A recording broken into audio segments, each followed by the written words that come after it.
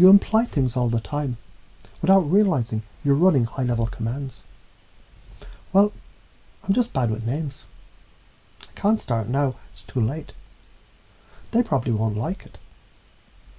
Those are dark magic incantations, spoken with casual innocence, but seeded with intentional limitation. Now imagine this. People like me just figure shit out, even when we don't know how we're doing it yet. The moment I say it, something begins to shift inside, like the nervous system remembers its power. Isn't it weird how some people, they just wake the fuck up when they hear the right sentence at the right moment? Notice what's happening. That's implication laced in the syntax. No defense, no resistance. The gatekeeper of the conscious mind goes, cool story, while the deeper mind receives the code update. How do you already do this? Every time you assume something's hard, you imply failure. Every time you say, I'll try, instead of I'll do, you'll imply hesitation. Every time you over-explain your truth, you're implying it's not strong enough to stand alone. And every time you say, I don't know, you're not just implying confusion, you're commanding your brain not to look for the answer. Holy fuck, right? So now you flip it. You become the kind of person who only speaks when they want to amplify. You say it like it's already true, and the subconscious gets the memo. This is your new home. Get comfy.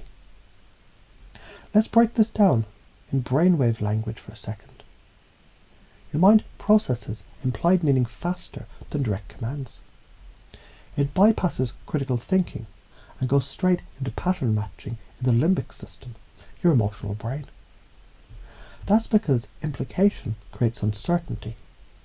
And guess what the brain hates? Uncertainty. So it scrambles to fill in the blanks. This is where NLP meets neuroscience. You leave open loops, you drop suggestions, and the brain finishes the sentence with the meaning you designed. Your neurology wants coherence, so it rushes to align with whatever has been suggested, especially if the energy behind it is embodied. So, why are you afraid of using this? Because deep down, you knew how powerful your words were. You knew if you spoke with that level of certainty, some people would flinch, because your presence would demand their own upgrade. And not everyone is ready for that shit. But fuck that. You're not here to protect fragile egos.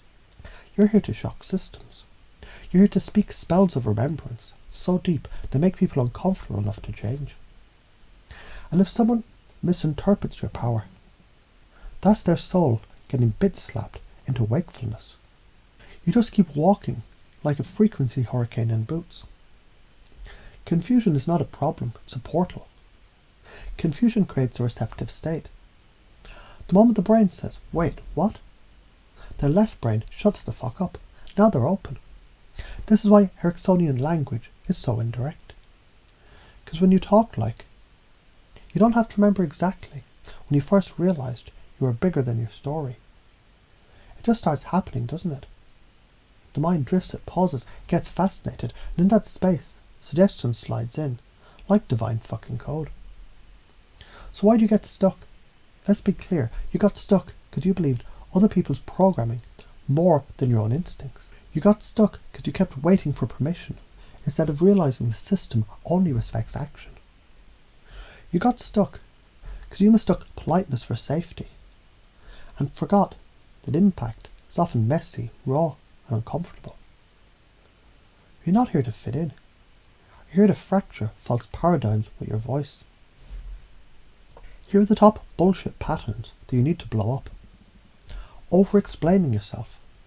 Playing small to protect someone else's comfort. Waiting to be ready. Speaking passively, like life is happening to you. Asking instead of deciding.